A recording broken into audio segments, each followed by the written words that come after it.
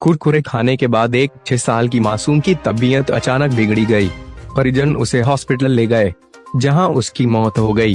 घटना को लेकर मृतका के पिता ने कुरकुरे में कुछ जहरीला पदार्थ मिलाकर खिलाने की आशंका जताई। ऐसे में बाली एसडीएम के आदेश पर पुलिस ने 15 दिन पहले दफनाया गया मासूम का शव बाहर निकलवाया और मेडिकल बोर्ड से पोस्टमार्टम करवाया। अब रिपोर्ट आने के बाद खुलासा होगा कि मासूम की मौत कुरकुरे खाने के बाद फूड पॉइजनिंग से हुई या किसी जहरीले पदार्थ से हुई। 15 दिन बाद निकलवाया मासूम का दफनाया हुआ शव कुरकुरे खाने के बाद हुई थी मौत। पड़ोसी महिला पर शक, मासूम तनिष्का जिसकी कुरकुरे खाने के बाद मौत हो गई। कुरकुरे खाने के बाद एक 6 साल की मासूम की तबीयत अचानक बिगड़ी गई। परिजन उसे हॉस्पिटल ले गए, जहां उसकी मौत हो गई।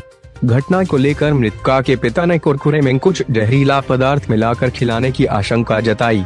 ऐसे में बाली एसडीएम के आदेश पर पुलिस ने 15 दिन पहले दफनाया गया मासूम का शव बाहर निकलवाया और मेडिकल बोर्ड से पोस्टमार्टम करवाया।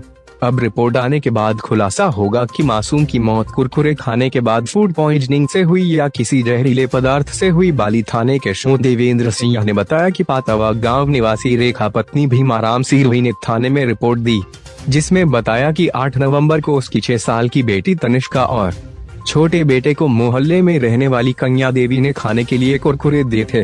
उसे खाने के बाद दोनों बच्चों की तबीयत बिगड़ गई, जिसे उपचार के लिए हॉस्पिटल ले गए, जहां उपचार के दौरान 6 साल की तनिष्का की मौत हो गई। वह छोटा बेटा ठीक हो गया। 9 नवंबर को मृतका का शव परिवार के लोगों ने सामाजिक रीति रिवाज से दफना दिया। शो देवेंद्र सिंह ने बताया कि मृतका तनिष्का के पिता भीमाराम बेंगलोर में काम करते हैं और घटना के समय घर पर नहीं थे। बेंगलोर से आने के बाद उन्होंने आशंका जताई कि कुरकुरे में कुछ जहरीला पदार्थ मिलाकर उनकी बेटी को खिलाया गया, जिससे तनिष्का की मौत हुई। इसलिए उन्होंने मेडिकल बोर्ड से पोस्टमार्टम करवाने की मांग की।